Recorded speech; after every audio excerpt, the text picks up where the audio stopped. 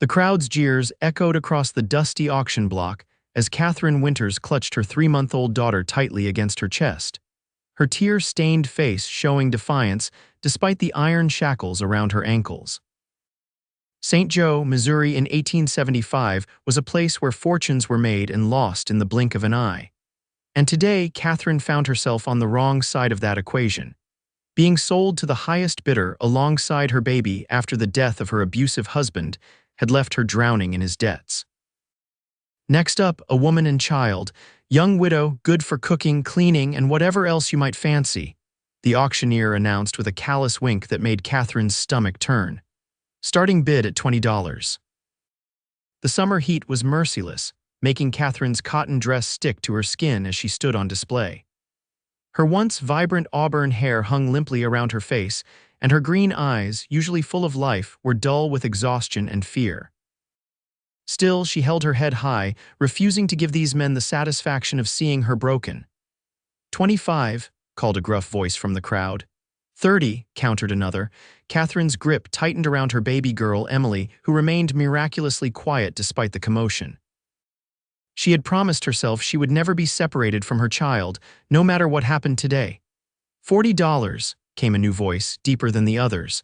The crowd parted slightly, revealing a tall man in a dust-covered duster. His face was partially obscured by the brim of his Stetson, but Catherine could see a strong jaw covered in stubble and eyes that seemed to study her with unexpected intensity. 45, the first bidder challenged. 50, the cowboy countered without hesitation. The price continued to climb, and with each bid, Catherine's heart sank lower. The idea of being bought like cattle, of being at the mercy of some stranger who might separate her from Emily, was almost too much to bear. $75, called the cowboy, his voice cutting through the chatter like a knife. A hush fell over the crowd. It was an unusually high price, especially for a woman with a baby in tow. 75 going once, going twice. Sold. To the gentleman in the back, the auctioneer declared, clearly pleased with the sale. Catherine fought back tears as she was led off the platform toward her new owner. Up close, she could see he was younger than she'd initially thought, perhaps 30, with piercing blue eyes that caught the sunlight. His expression was unreadable as he paid the auctioneer and received the papers that now legally gave him ownership over her and Emily. "Come along," he said simply. Turning to walk away, Catherine followed, her legs shaking with each step, clutching Emily to her chest as if the child might disappear if she loosened her grip even slightly. They had barely made it to the edge of town when the cowboy stopped beside a sturdy wagon hitched to 2 chestnut horses. "My name is Jacob Blackett," he said, finally turning to face her properly. "Most folks call me Jake." "Catherine Winters," she replied automatically, her voice barely above a whisper. Jake nodded, his eyes moving to the baby in her arms. "And the little one, Emily," Catherine answered, unconsciously stepping back, a protective gesture that didn't go unnoticed. Jake's expression softened slightly. "You're both coming home with me, Mrs. Winters. I've got a ranch about a day's ride from here. You'll have your own room, and I expect you to help with cooking and keeping the place in order, but that's all." Catherine stared at him, trying to discern if there was some hidden meaning in his words. "That's all," she repeated cautiously. "That's all," Jake confirmed. "I need help around the place, not anything else." He seemed almost embarrassed by the implication. Relief flooded through Catherine, quickly followed by suspicion. Men weren't known for their charity, especially not in these parts. Jake must have read her thoughts. "I know what you're thinking, but you have my word, I'm not that kind of man." He gestured toward the wagon. "There's water and some food in there if you're hungry. We should get moving if we want to make good distance before nightfall." Catherine climbed awkwardly into the wagon, still holding Emily tightly with one arm. The baby stirred and let out a small whimper, her first sound since the auction began. "She's been quiet," Jake observed, climbing up and taking the reins. "She knows when to make herself scarce," Catherine replied, a hint of bitterness in her tone. "My husband didn't appreciate crying babies."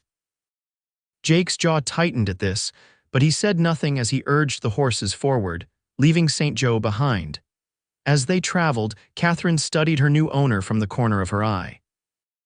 Jake Blackett was tall and broad-shouldered, with the kind of strength that came from years of hard work rather than vanity. His hands were calloused, his skin tanned from long days under the sun. He didn't talk much, seeming content with the silence broken only by the creaking of the wagon wheels and the occasional snort from the horses. By late afternoon, they had left the main road, following a less traveled path that wound through rolling hills dotted with wildflowers and scrub brush. The landscape was beautiful in its own rugged way, with distant mountains creating a dramatic backdrop against the clear blue sky. "We'll stop here for the night," Jake announced as they reached a small creek. "There's a good spot for camping just ahead." Catherine nodded, exhaustion catching up with her. Emily had finally fallen asleep, and Catherine's arms ached from holding her for so long. Jake helped her down from the wagon, his touch impersonal but gentle. He worked efficiently, setting up a small camp while Catherine found a private spot behind some bushes to tend to Emily's needs. When she returned, Jake had a fire going and was warming some beans and coffee. He handed her a tin plate without ceremony.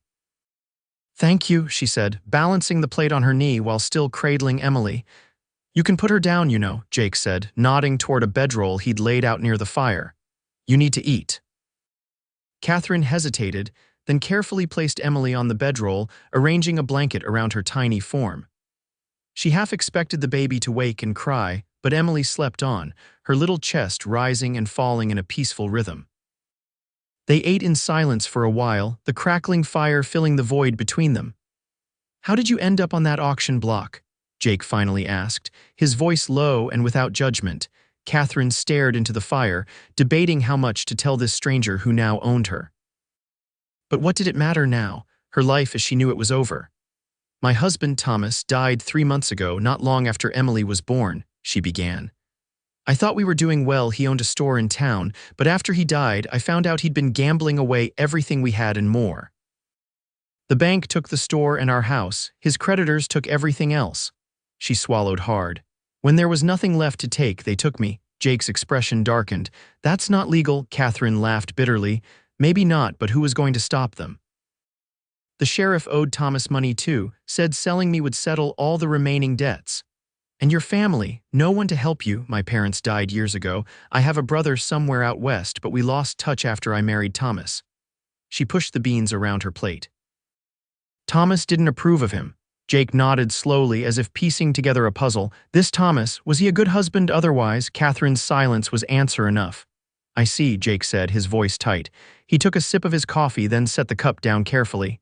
"Mrs. Winters, I want you to understand something. On my ranch, you'll be safe, you and Emily both. I bought those papers to get you away from that auction block, not to own you." Catherine looked up sharply. "What do you mean?" "I mean that as far as I'm concerned, you're a free woman working for me in exchange for room and board. When we get to my place, I'll draw up proper employment papers. You can stay as long as you need and leave whenever you want."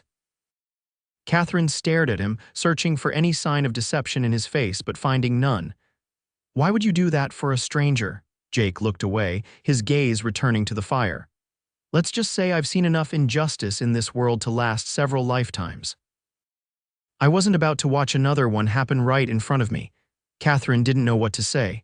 After months of hardship and fear, Jake's unexpected kindness left her speechless. She simply nodded, blinking back tears that threatened to fall. "Get some rest," Jake said, standing up. "We've got another full day of travel tomorrow."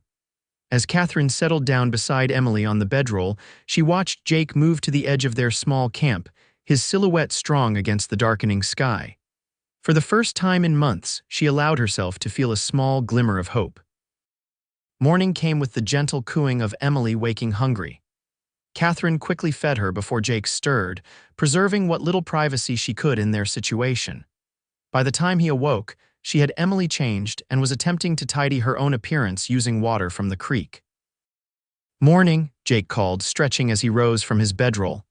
"Sleep well, better than I expected," Catherine admitted, which was true. Despite sleeping on the ground, she had felt safer than she had in her own home for years. They broke camp quickly, and soon they were back on the road. The day was clearer than the previous one, with a gentle breeze that made the summer heat more bearable. As they traveled, Jake began to point out landmarks and share bits of information about the area. "That ridge there marks the northern boundary of my property," he said, nodding toward a distant line of hills. The ranch itself sits in the valley beyond it. Good water, decent grazing, and enough timber to keep us warm through the winters. How long have you owned it? Catherine asked, genuinely curious about the man who had rescued her from an uncertain fate. Going on 5 years now, bought it from an old-timer who was heading east to live with his daughter. Jake adjusted his hat against the sun. It was run down when I got it, but we've made progress. We. Me and my foreman, Samuel. He's a good man, served with me during the war. There's also 2 ranch hands, brothers named Peter and David. They come and go with the seasons. Catherine nodded, trying to imagine what life would be like on this ranch with these strangers. And where will Emily and I fit in? Jake glanced at her. Like I said, you'll help with the cooking and keeping the house. Samuel tries his best, but a bachelor's idea of clean isn't exactly thorough. The corner of his mouth twitched in what might have been the beginning of a smile. As for the little one, well, she's welcome too. Might be nice having a child around the place. They traveled through the afternoon, stopping only briefly to rest the horses and have a simple lunch of jerky and hardtack. As the sun began its descent toward the horizon, the landscape changed, becoming greener and more lush. They crested a small hill and Jake pulled the wagon to a stop. There it is, he said simply. Below them stretched a valley vibrant with summer growth. A creek wound through it like a silver ribbon, bordered by cottonwoods and willows. In the center of the valley sat a sturdy-looking ranch house made of logs and stone, with several outbuildings and corrals nearby. A small herd of cattle grazed in the distance, and horses moved about in one of the paddocks. It's beautiful, Catherine said honestly. Jake nodded, a hint of pride in his expression. It's not much compared to some, but it's home. As they approached the ranch house, a tall, lean man emerged from one of the barns. He waved when he spotted the wagon, then walked over to meet them. That's Samuel, Jake explained. Samuel was older than Jake, perhaps in his early 40s, with salt and pepper hair and a weathered face that broke into a warm smile as they drew near. About time you got back, he called. Was beginning to think you decided to stay in town. Jake brought the wagon to a stop. Had some unexpected business. He nodded toward Catherine and Emily. Samuel, this is Mrs. Catherine Winters and her daughter, Emily. They'll be staying with us, helping around the house. Samuel's eyebrows rose slightly, but to his credit, he simply tipped his hat to Catherine. Madam Little Miss, welcome to Blackett Ranch. Thank you, Catherine replied, suddenly very aware of her disheveled appearance after 2 days of travel. Is the spare room ready? Jake asked, jumping down from the wagon. Should be, might need airing out, but the bedding's clean. Samuel gave Jake a look that suggested he had questions, but he kept them to himself. Jake helped Catherine down from the wagon, then carefully handed Emily to her. Samuel, can you see to the horses and wagon? I'll show Mrs. Winters and Emily to their room. Sure thing, boss. Samuel took the reins, still looking curiously between Jake and Catherine. The ranch house was larger than it had appeared from a distance, with a wide porch wrapping around 2 sides. Inside, it was simple but comfortable, with solid furniture and practical arrangements. A large stone fireplace dominated the main room, and windows let in plenty of natural light. Kitchen's through there, Jake said, pointing. My room's at the end of the hall. Samuel stays in the bunkhouse with the hands when they're here. He led Catherine to a door near the back of the house. This will be yours. The room was small but clean, with a narrow bed, a chest of drawers, and a small table with a basin for washing. A window looked out over the creek and the mountains beyond. It's not much, Jake said, sounding almost apologetic. It's perfect, Catherine replied honestly. After months of uncertainty and fear, having a room of her own with a door she could close felt like unimaginable luxury. There's a cradle in the attic that belonged to Samuel's boy years back, Jake said. I'll have him bring it down for the little one. Catherine turned to face him fully. Mr. Blackett, Jake, I don't know how to thank you for what you've done. Jake looked uncomfortable with her gratitude. No need for thanks, just doing what any decent person would do. He stepped back toward the door. I'll let you get settled. Supper's usually around sundown. After he left, Catherine sat on the edge of the bed, still holding Emily close. The baby was awake now, her blue eyes taking in the new surroundings with the curious gaze of infancy.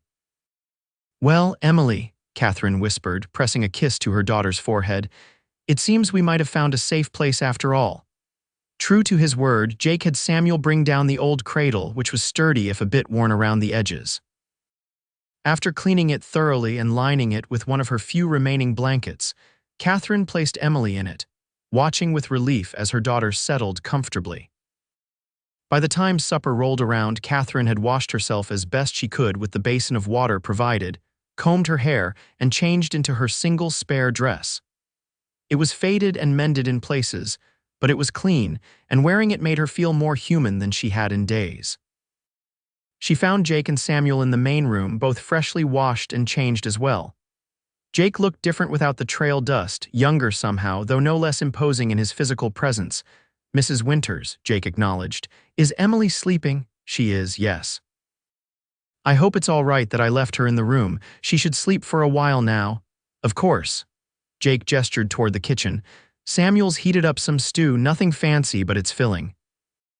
The meal was simple but tasty, a hearty beef stew with plenty of vegetables and fresh baked bread that Samuel proudly claimed as his own work. The men ate with the efficient hunger of those used to physical labor, but they maintained basic manners which Catherine appreciated. "So, Mrs. Winters," Samuel said after a while, "Jake tells me you'll be helping around the house." "Yes, I'm a good cook when I have proper ingredients," Catherine replied, "and I can keep a tidy home. I did all the washing and mending for my husband's store as well." "Store?" Samuel looked interested. "My late husband owned a general store in St. Joe," Catherine explained, deliberately avoiding the more sordid details of her recent past. Jake, noticing her discomfort, changed the subject. "Samuel, how's that north fence coming along?" The conversation shifted to ranch business, and Catherine was grateful for the reprieve. As the men talked, she studied the kitchen, mentally cataloging what would need to be done to bring it up to her standards. It wasn't filthy by any means, but it lacked the organization and attention to detail that a woman's touch would bring. After supper, Catherine insisted on cleaning up despite Jake's protests. "You've had a long journey," he argued. "You should rest." "I've been sitting in a wagon for 2 days," Catherine countered. "I'd welcome the activity." The truth was, she needed to feel useful to establish her place in this new setting. Jake relented, and Samuel excused himself to check on the livestock before turning in for the night. As Catherine washed the dishes, Jake sat at the table, a ledger open before him. They worked in companionable silence for a while, the only sounds the scratching of his pencil and the quiet clink of dishes. "Mrs. Winters," Jake said eventually, closing his ledger. "I want to be clear about something." Catherine turned, drying her hands on a cloth. "Yes, what I said at the camp holds true. You're not my property, regardless of what those papers say. I'll draw up proper employment terms tomorrow." He met her gaze directly. "You'll receive fair wages for your work. A portion can be set aside for you to save if you wish." Catherine was stunned. "Wages? But you've already given us room and board. Room and board are part of your compensation, not the entirety of it." Jake's tone suggested this wasn't up for debate. "Everyone who works on this ranch gets paid, and that includes you." Tears pricked at Catherine's eyes, but she blinked them back. "Thank you," she said simply, knowing any more words would cause her to break down completely. Jake nodded once, seemingly uncomfortable with her emotion. "Well then, I'll say good night." He stood and headed for the door, then paused. "If Emily wakes and needs anything, don't hesitate to let me know." "I will. Good night, Mr. Blackett." "Jake," he corrected. "Just Jake." "Good night, Jake," Catherine amended, offering a small smile. After he left, Catherine finished the dishes, then checked on Emily, who was still sleeping peacefully in her cradle. Catherine changed into her nightgown, another item that had seen better days, and slipped beneath the covers of her bed. For the first time in months, she fell asleep without fear knotting her stomach. Whatever tomorrow would bring, at least tonight she and Emily were safe. The next morning, Catherine woke to the sounds of movement in the kitchen. For a moment, she was disoriented, forgetting where she was. Then Emily's soft cooing from the cradle brought reality rushing back, and with it an overwhelming sense of relief.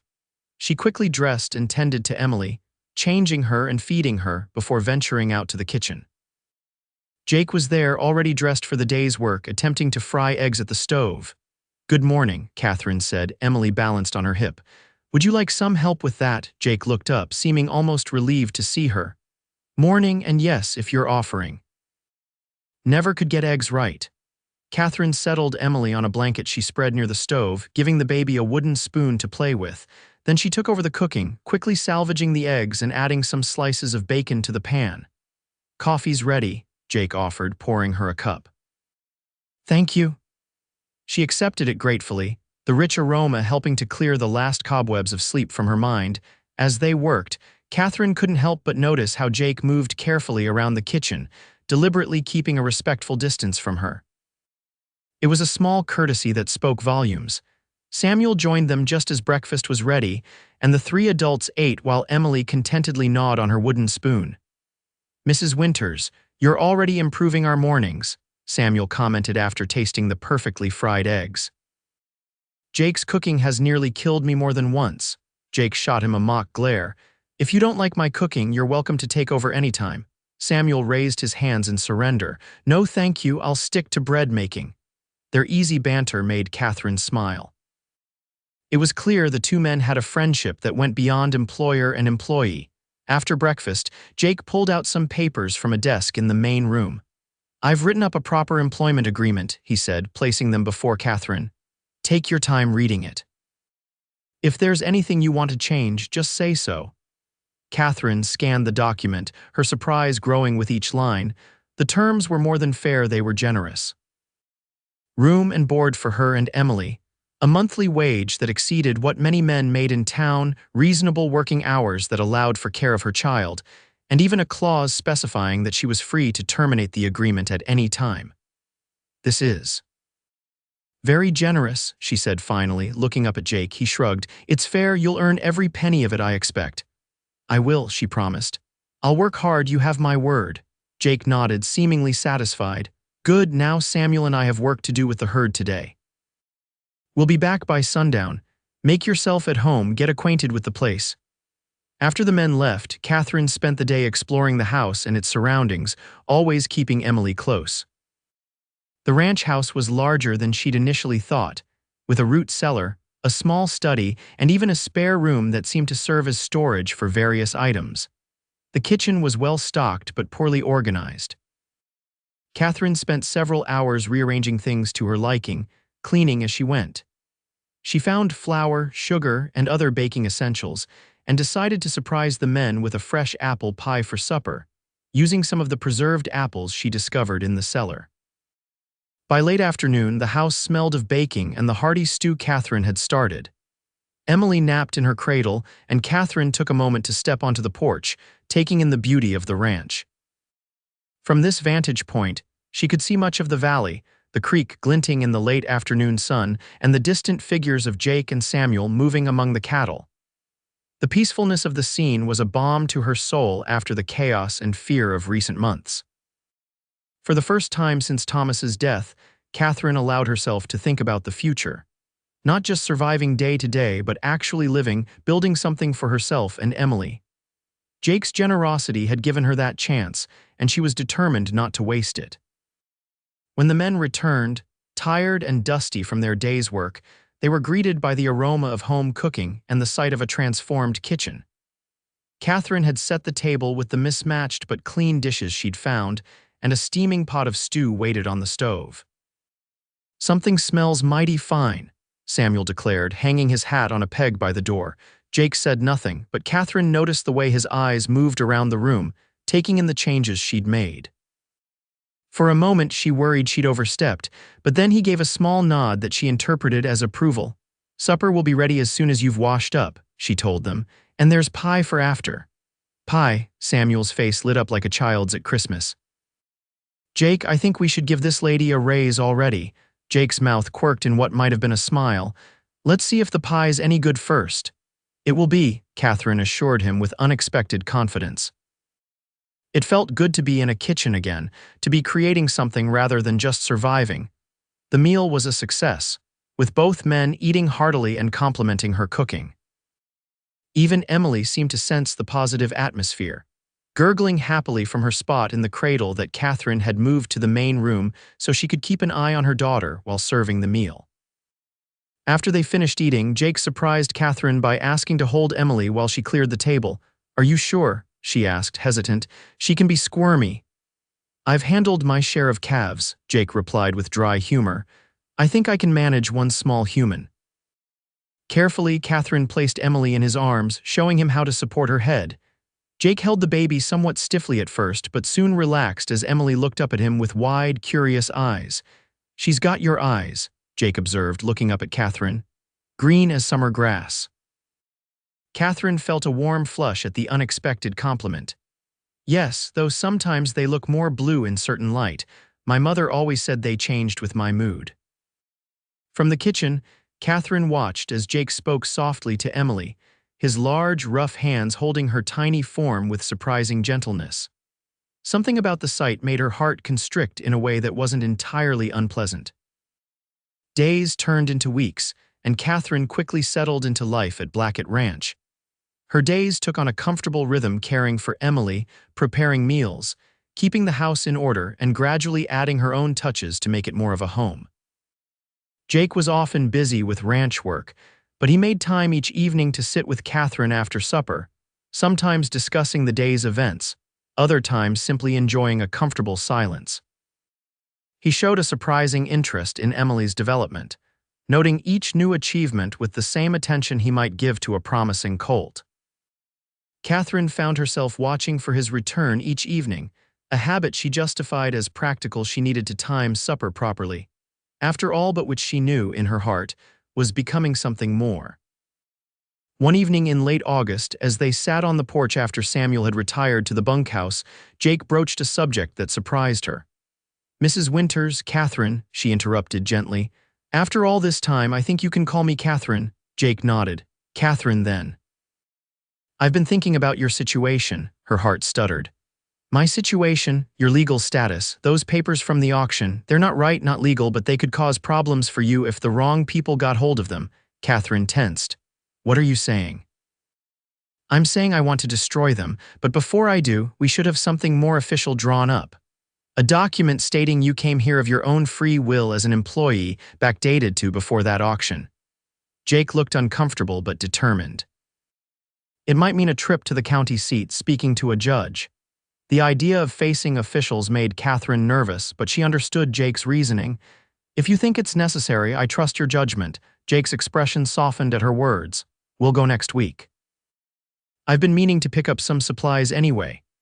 They sat in silence for a moment, the night sounds of the ranch surrounding them, crickets chirping, the distant lowing of cattle, the soft rustle of wind through the cottonwoods. "Jake," Catherine said finally, "may I ask you something personal?" He hesitated, then nodded. "You can ask, I might not answer." "Why aren't you married? A man with a ranch like this at your age, it seems unusual." Jake was quiet for so long that Catherine thought he might not answer. When he finally spoke, his voice was low, almost as if he were speaking to himself. "I was engaged once before the war. Her name was Sarah." He paused, his gaze fixed on some distant point. "I went off to fight, came back different. She tried, but I wasn't the same man she'd agreed to marry." "I'm sorry," Catherine said softly. Jake shrugged. "It was for the best. The war changed a lot of us. Some wounds don't show on the outside." Catherine thought of her own invisible scars from years with Thomas. "I understand that better than you might think." Jake looked at her then, really looked at her, and Catherine felt a connection between them, a shared understanding that needed no words. "Your husband," Jake said carefully, "he hurt you." It wasn't a question, but Catherine answered anyway. "Yes, not always physically, though sometimes that too." "It was more. He had a way of making me feel worthless day after day until I believed it myself." Jake's jaw tightened. "No one is worthless, I know that now." Catherine managed a small smile. "Being here, working, taking care of Emily without fear, I'm remembering who I was before Thomas. It's like waking up after a long nightmare." Jake reached out hesitantly, his hand hovering near hers on the porch railing, not quite touching. "I'm glad you're here, Catherine. The ranch is better with you and Emily on it." The simple statement meant more to her than flowery declarations ever could. "Thank you for bringing us home with you," she said, deliberately echoing his words from the auction. Jake's eyes softened, and for a moment, Catherine thought he might say more, might even reach for her hand. But then Emily's cry came from inside the house, breaking the moment. "I should go to her," Catherine said, standing. Jake nodded. "Good night, Catherine. Good night, Jake." The trip to the county seat took place the following week, as promised. They took the wagon, with Emily securely nestled between them. It was a 2-day journey each way, which meant staying overnight at a small inn. Catherine was nervous about the prospect, but Jake assured her they would have separate rooms, and he would make sure she and Emily were comfortable and undisturbed. The county judge, a gruff but fair-minded man named Judge Wilson, looked skeptical when Jake explained their situation, carefully omitting the auction but making it clear that Catherine had come to work for him legitimately and of her own free will. "And where's the baby's father?" The judge asked bluntly. "Dead," Catherine answered, her voice steady. "My husband passed away shortly after Emily was born." Judge Wilson studied her for a moment, then nodded. "I see, and you have no family to return to." "None that could help me, Your Honor." The judge sighed, scribbling something on a piece of paper. "Times are hard for a widow with a child and no means. You're fortunate Mr. Blackett here was willing to offer honest work." He gave Jake a long, appraising look. "I know your reputation, Blackett. Fought with distinction in the war, built that ranch up from nearly nothing. If you say this arrangement is above board, I'm inclined to believe you." "It is, Your Honor," Jake affirmed. "Very well." The judge signed the document Jake had prepared, officially recognizing Catherine as an employee of Blackett Ranch as of 3 months prior. This should prevent any misunderstandings. That night at the inn, Catherine put Emily to bed in her room, then found herself restless. The events of the day had stirred up memories she'd rather forget, and sleep seemed far away. She decided to go downstairs for a cup of tea, hoping the innkeeper might still be up. She found Jake instead, sitting alone in the small dining area, a cup of coffee in front of him. "Can't sleep?" he asked as she approached. Catherine shook her head. "Too many thoughts." Jake gestured to the chair across from him. "Join me," she sat, and the innkeeper's wife appeared almost immediately, offering tea which Catherine gratefully accepted. "Thank you for today," Catherine said once they were alone again, "for speaking to the judge, for all of it. It needed to be done." Jake turned his cup slowly in his hands. "I didn't like the idea of those auction papers hanging over your head. You burned them." "As soon as we got the judge's signature." Jake met her eyes. "You're free, Catherine, legally and truly free."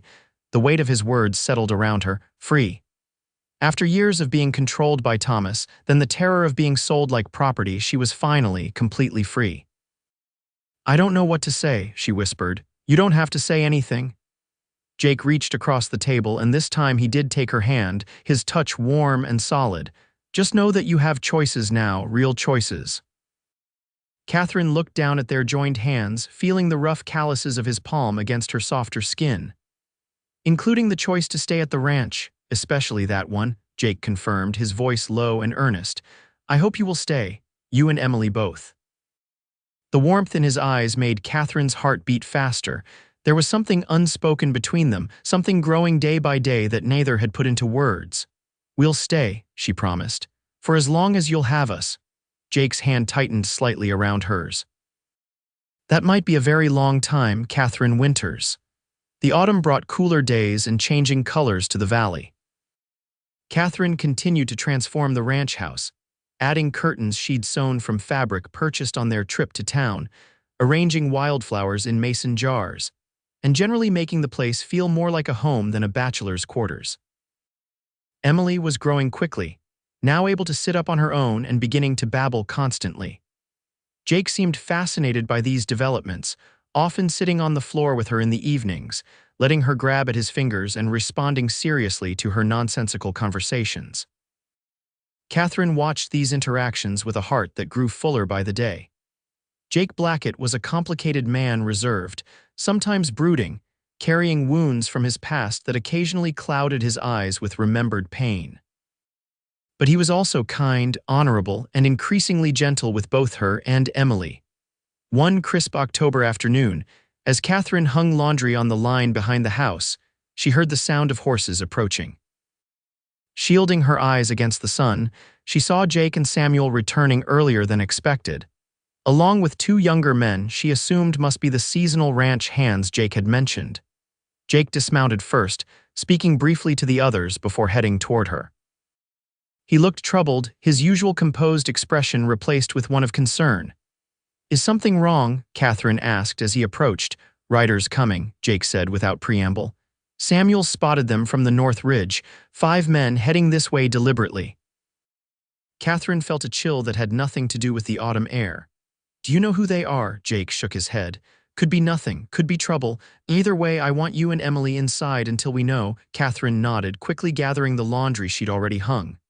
"Of course." "Stay away from the windows," Jake added, his tone serious. "And Catherine, there's a shotgun in my room behind the dresser. Get it, keep it with you just in case." The gravity of his concern frightened her more than his words. "Jake, you're scaring me." His expression softened slightly. "It's probably nothing, but I'd rather be cautious." Catherine hurried inside, gathered Emily from her blanket on the floor, and did as Jake had instructed, retrieving the shotgun from his room. It was heavy in her hands, and while she knew how to use it, Thomas had insisted she learn for the store's protection. She prayed she wouldn't need to. From the window in her room, careful to stay hidden behind the curtain, Catherine watched as 5 riders approached the ranch house. Even from a distance, there was something menacing about them, something in the way they carried themselves that spoke of trouble. Jake, Samuel, and the 2 ranch hands stood in front of the house, waiting. Jake's stance was relaxed but alert, his hand resting casually near his holstered pistol. The riders came to a stop a short distance away. Catherine couldn't hear what was being said, but she could see the lead rider gesturing emphatically, his body language aggressive. Jake stood his ground, shaking his head in response to whatever demands were being made. The tension was palpable, even from her vantage point. Catherine held Emily tighter, the shotgun propped against the wall within easy reach. The baby sensed her mother's anxiety and began to fuss. Outside, the confrontation escalated. One of the riders moved his hand toward his gun, but Jake was faster, his voice carrying clearly now as he said, "I wouldn't do that if I were you." The standoff lasted for what seemed like an eternity, though it couldn't have been more than a minute. Finally, the lead rider spat on the ground, said something to Jake, then signaled to his companions. They turned their horses and rode away, but the lead rider looked back once, his gaze fixing on the house with a malevolence that made Catherine's blood run cold. When Jake came inside, his face was grim. "Who were they?" Catherine asked, meeting him in the main room, Emily on her hip. "Men from St. Joe," Jake answered, removing his hat and running a hand through his hair. "Looking for you." Catherine's knees weakened and she sank into a chair. "How?" "Why, apparently one of your husband's creditors wasn't satisfied with his share from the auction, claims you're still his property, has papers to prove it." Jake's jaw tightened. "Forged papers, obviously, since we have the real ones safely put away." "What did you tell them?" "That no one named Catherine Winters lives here, that my housekeeper is a widow named Mrs. Smith who came from Kansas with her baby after her husband died." Jake knelt in front of her chair. "They didn't believe me, but they couldn't prove otherwise. And they weren't willing to start a fight they might not win."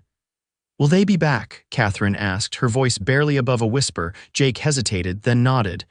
"I think so. Their leader, a man named Hargrove, didn't strike me as the type to give up easily." "Richard Hargrove." Catherine's face paled. "He owns the saloon in St. Joe. He and Thomas were business partners of a sort. He always looked at me in a way that made my skin crawl." Jake's expression darkened. "Did he now?" "Thomas owed him money, I know that much, but I had no idea he would claim ownership of me." The very word made her feel ill. "He has no claim on you," Jake said firmly. "None whatsoever, but he's dangerous, and he didn't ride all this way to give up without a fight." "What do we do?" Jake stood, his decision made. "We prepare. Samuel and the boys will keep watch in shifts. No one comes onto this property without us knowing about it." "And if they come back?" Catherine asked, dreading the answer. "Then they'll learn that Blackett Ranch protects its own." Jake's voice was steady, his eyes meeting hers with unwavering determination. "You and Emily are safe here, Catherine. I give you my word." For the next 2 weeks, the ranch operated under a state of heightened vigilance. The men took turns keeping watch, and Catherine rarely let Emily out of her sight. Jake insisted on teaching Catherine how to shoot his revolver in addition to the shotgun, taking her behind the barn for daily practice until she could hit a can placed on a fence post consistently. "I hope you never need to use it," Jake told her after one such session, "but if you do, I want you to be ready."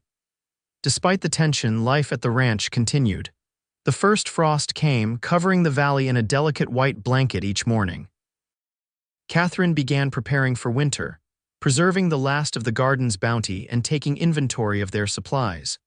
One evening, as she sat by the fire mending one of Jake's shirts while Emily played on a blanket nearby, Jake entered the main room with a small wooden box in his hands.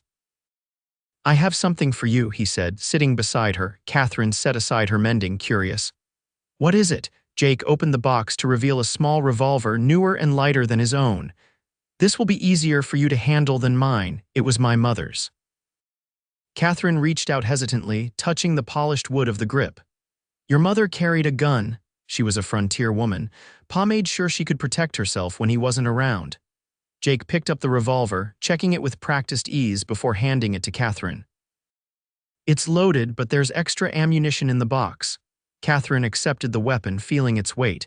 "Thank you, though I hope I never need to use it." "So do I." Jake's eyes held hers for a long moment. "Catherine, there's something else I wanted to discuss with you." Before he could continue, the sound of a horse approaching at speed broke the moment. Jake was on his feet instantly, moving to the window.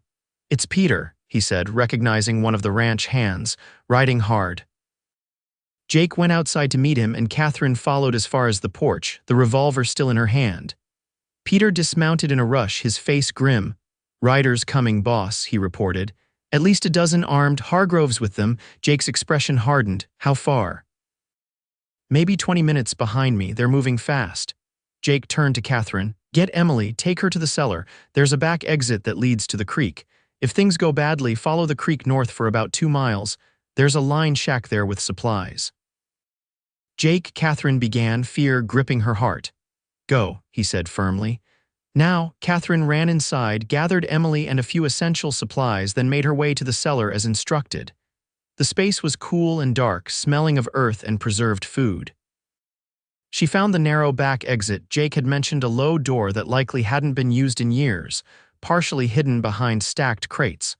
Above, she could hear movement, voices, the sound of preparations being made. She held Emily close, singing softly to keep her quiet, all while keeping the revolver within easy reach. The weight was excruciating. Every sound from above made her jump: the creak of floorboards, muffled voices, the clatter of weapons being readied. Emily, sensing her mother's tension, began to fuss. Then came the sound of horses, many of them, and men's voices raised in anger. Through the floorboards, Catherine could make out snippets of the confrontation. Hand over the woman and child. "No one here by that name." "Search the property." The voices grew more heated, threats were exchanged, and then the sound Catherine had been dreading: gunshots, first one, then several in quick succession, followed by shouts and the thunder of running feet. Catherine clutched Emily tighter, the baby now crying in earnest. She moved toward the back exit, her heart pounding in her chest. As she reached for the door, it suddenly swung open from the outside, revealing a man she recognized instantly: Richard Hargrove, his face twisted in a triumphant leer. "Found you," he said, reaching for her. Catherine reacted instinctively, bringing up the revolver and firing in one fluid motion, just as Jake had taught her. The shot caught Hargrove in the shoulder, spinning him backward. He cursed, stumbling but not falling. Catherine aimed again, her voice steadier than she felt. "The next one won't be in your shoulder." Hargrove froze, his eyes narrowing. "You wouldn't shoot a man in cold blood, Catherine, not with a baby in your arms. To protect my daughter, I would do anything." Catherine kept the gun trained on him, backing away toward the cellar. "Now move aside." "You're my property," Hargrove snarled. "I have the papers." "Forged papers," Catherine interrupted. "I'm a free woman legally employed by Mr. Blackett. The county judge himself signed the documents." Hargrove's expression darkened. "Blackett's papers won't matter when he's dead." Fear gripped Catherine's heart, but she didn't let it show. "If you've heard him, Catherine," Jake's voice came from above, followed by the sound of running feet. Hargrove lunged forward, attempting to grab her, but Catherine fired again, this time grazing his leg. He howled in pain, stumbling to one side. Jake appeared at the cellar door, his face streaked with dirt and what might have been blood, his gun drawn. Seeing Hargrove, he aimed without hesitation. "Step away from her," Jake commanded, his voice deadly calm. Hargrove, clutching his wounded leg, glared at both of them. "This isn't over, Blackett. It is for you." Jake moved forward, keeping his gun trained on Hargrove. Your men have either fled or surrendered. The sheriff from Twin Forks is on his way. Seems Samuel had the good sense to send for him when we first spotted trouble brewing. Hargrove's face contorted with rage, but he could see he was beaten. He backed away, limping heavily. "Catherine, go back inside," Jake said, not taking his eyes off Hargrove. "Samuel will escort you." Samuel appeared behind Jake, his own rifle ready. Catherine hesitated only briefly before obeying, carrying Emily back through the cellar and up into the house, where the two other ranch hands were securing a couple of Hargrove's men who had been captured. The next hours passed in a blur. The sheriff arrived with several deputies, taking statements and arresting Hargrove and his men. One of Hargrove's gang had been killed in the shootout and two others wounded. On their side, Peter had taken a bullet to the arm, but the wound was minor. Jake had a cut above his eye and bruised knuckles, evidence of hand-to-hand fighting, but was otherwise unharmed. When the sheriff finally left, taking the prisoners with him, an exhausted silence fell over the ranch. "They won't be back," Jake told Catherine as they sat at the kitchen table, Emily finally asleep after the ordeal. "Hargrove will face charges for attempted kidnapping, assault, and forgery. He'll be in prison for years, if not the rest of his life." Catherine nodded, relief washing over her in waves. "Is it really over?" "It's over," Jake confirmed. He reached across the table, taking her hand in his. "Catherine, before we were interrupted, there was something I wanted to ask you." Catherine looked up, noticing the unusual nervousness in his expression. "Yes," Jake took a deep breath. "I know this isn't the right time after everything that's happened today, but seeing Hargrove threatening you and Emily, it made something very clear to me." He squeezed her hand gently. "I care about you both, more than I thought possible." Catherine's heart quickened. "Jake, let me finish," he said softly. "I'm not good with words, never have been, but I want you to know that this place, this ranch, it wasn't really a home until you and Emily came. And I'd like it to be your home permanently, not as my employee, but as—" He faltered, then pressed on. "As my wife, if you'd consider it." Catherine stared at him, tears welling in her eyes. "Are you proposing, badly it seems?" Jake attempted a smile. "I know it's sudden." "I know you might need time." "Yes," Catherine interrupted, her voice clear and certain. Jake blinked. "Yes, you need time. Yes, I'll marry you." Catherine rose from her chair, moving around the table to stand before him. "Jake Blackett, I've been falling in love with you since the day you said you're both coming home with me at that auction block." Jake stood, pulling her gently into his arms. "I think I started falling for you that same day, watching you hold your head high despite everything." Their first kiss was tentative, a gentle exploration that quickly deepened into something more certain, more passionate. When they finally broke apart, Jake rested his forehead against hers. "I promise to be a good husband to you and a good father to Emily," he whispered. "I can't erase what you've been through, but I swear I'll spend the rest of my life making sure you never know fear or want again." Catherine placed her hand against his cheek. "I know you will, and I promise to make this house a true home for all of us." They were married 2 weeks later in a simple ceremony performed by the same judge who had signed Catherine's employment papers. Samuel stood as Jake's best man, and Emily, dressed in a tiny white dress Catherine had stayed up nights to sew, watched wide-eyed from the arms of the judge's wife. Winter settled over the valley, bringing snow and cold winds, but inside the ranch house, warmth and happiness flourished. Catherine and Emily moved into Jake's larger room, which Catherine quickly transformed with feminine touches that Jake pretended to grumble about but secretly appreciated. As Christmas approached, Jake spent long hours in the barn working on a secret project he refused to discuss. On Christmas Eve, after they had decorated a small pine tree with paper ornaments and strings of popcorn, Jake disappeared outside, returning with something large covered by a blanket. "For Emily," he said, removing the blanket to reveal a beautifully crafted rocking horse. Catherine gasped. "Jake, it's wonderful." Emily, now nearly 8 months old and beginning to pull herself up on furniture, reached eagerly for the horse.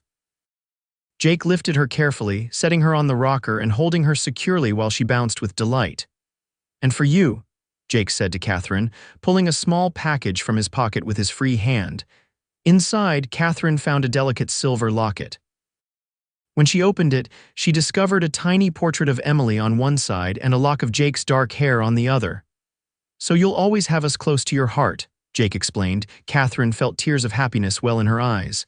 It's perfect, thank you. Later that night, after Emily was asleep in her crib beside their bed, Catherine and Jake lay together in the darkness, her head resting on his chest, his arm wrapped securely around her. I never thought I could be this happy, Catherine confessed, tracing patterns on his skin. After everything with Thomas, I believed that part of my life was over. Jake pressed a kiss to her forehead. We both got a second chance. Jake, Catherine propped herself up to look at him. I have a Christmas gift for you two, but it's not something I could wrap. Jake raised an eyebrow. Oh, Catherine took his hand, guiding it to rest on her stomach. Emily is going to have a little brother or sister come summer. Jake's eyes widened, then filled with such joy that Catherine felt her heart might burst with love for this man who had saved her in every way a person could be saved. A baby, he whispered, awe in his voice. Our baby, Catherine confirmed, smiling through happy tears. Jake pulled her close, kissing her with a tenderness that spoke of promises kept and a future filled with love. Outside, snow fell gently on Blackett Ranch, covering the valley in pristine white. A blank page on which their story, a family's story, was just beginning to be written. In the years that followed, the ranch prospered under Jake and Catherine's care. Emily grew into a spirited young girl with her mother's green eyes and her adoptive father's determined nature. Jake legally adopted her on her 5th birthday, though in his heart, she had been his daughter from the moment he saw her in Catherine's arms at that auction block. Their son, William, was born in the summer as predicted, followed 2 years later by twins, Sarah and Joseph. The house expanded along with the family, with Jake and the ranch hands adding rooms and a larger kitchen to accommodate their growing numbers. Catherine's brother, long lost to her during her marriage to Thomas, was finally located through a series of fortunate coincidences. He arrived at the ranch one spring day, tearfully reuniting with his sister and meeting his nieces and nephews for the first time. Through it all, the joys and challenges, the harsh winters and bountiful harvests, Jake and Catherine's love remained the foundation upon which their life was built. Each night, no matter how busy the day had been, they would sit together on the porch as the sun set over their valley, hands intertwined, grateful for the day a desperate auction had brought them together and the courage they had found in each other's arms. And sometimes, when the house was quiet and the children asleep, Jake would pull Catherine into a dance in their kitchen, humming softly against her hair, remembering the words that had changed both their lives forever. You're both coming home with me.